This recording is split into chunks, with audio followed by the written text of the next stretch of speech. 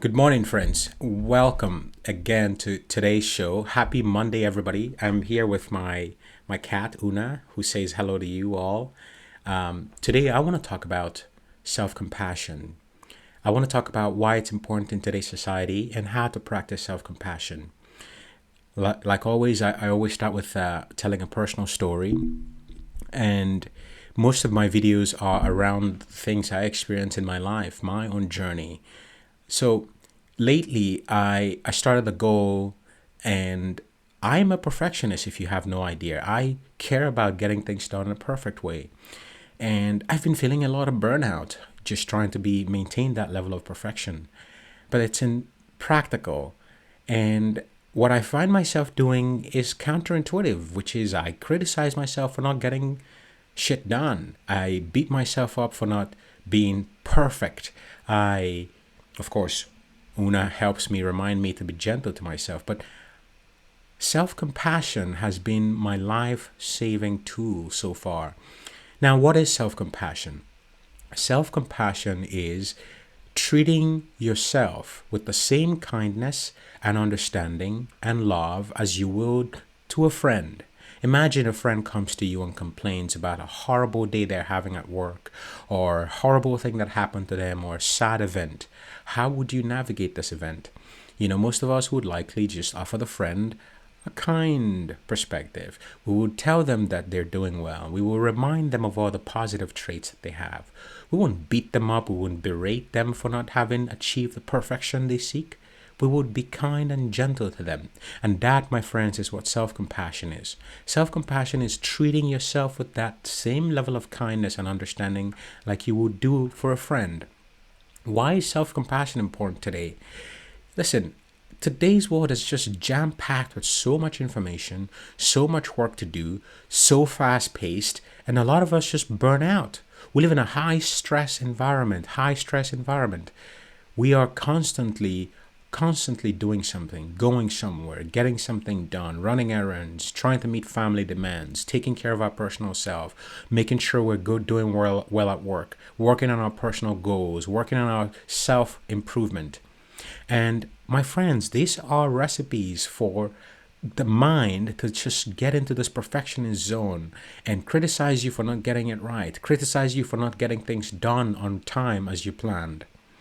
We live in a high stress environment. Take example what just happened in the US last week. A lot of people are happy with the election news and a lot of people are not. And this is an environment of high stress for people today. There's a lot of anxiety that we are facing in today's world. Now, there are so many ways you could quell your anxiety. There's some productive ways and not some productive ways, and we're not going to get into that topic today. But one really powerful way to manage that high stress, that burnout, that perfectionist tendency is to be compassionate to yourself. Imagine yourself, failing at something you wanted to do. How would you speak to yourself? Would you berate yourself? Would you tell yourself, oh, I'm not doing anything well? Or would you take the gentler approach? See, research by Dr. Christine Neff, who authored the book Self Compassion, tells us that people who are more self compassionate are actually likely to achieve their goals because self compassion reminds you of your innate kindness, your innate goodness, your innate worthiness. It encourages you to accept yourself as you are. And that is the powerful secret for people who achieve their goals is they accept themselves, they love themselves. Now, nobody says you're not going to fail because you're self-compassionate. I'm not saying this is a magic bullet or some cure for perfectionism and high stress in a society. But this is a tool that can be really important for us, for you and me, when we face really high, stressful, and difficult situations. Now, how do you actually practice self-compassion in practice? How do you do that? Well, one thing I like to do is to give myself a hug when I notice myself getting really critical with myself. I give myself a little hug, I touch myself, and, sometimes I soothe myself by, touching my vagus nerve and relaxing those pieces. But most importantly, I have a mantra in those moments. And that mantra, my friends, is what I'm about to share with you today. There's four of them. I usually place my hand in my chest and I look myself in the eye in the mirror if I have access to it, or just in my mind. And I say to myself, may I be kind. May I be peaceful. May I accept myself as I am. And may I understand that others are suffering today. So these four mantras, may I be kind to myself, may I be peaceful, may I accept myself as I am, and I understand that all people go through suffering, have been really key to resetting me, to bringing me back to that equilibrium when I notice myself going off rails, when I notice myself criticizing myself. Now, I always talk about setting good goals in our podcast. I talk about the importance of visualizing these goals, creating beliefs that empower you to achieve these goals. But there are days when things get tough. Now, we are human. We live in a human world, in a human society where things are fast and high stressed, and things will inevitably get really, really tough. How can you manage that toughness? How can you manage that adversity? In the past videos, we've talked about resilience, being resilient. This is a central key to being resilient.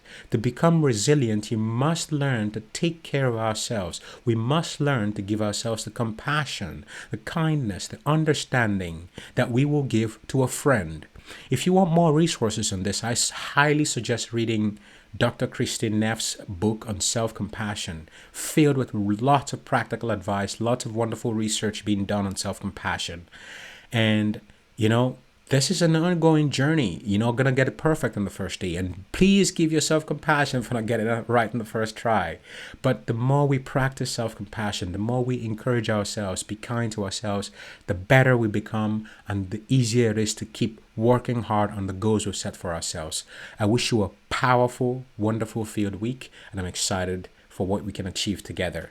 Cheers, my friends. Una, you want to say goodbye to the friends? Bye, everyone.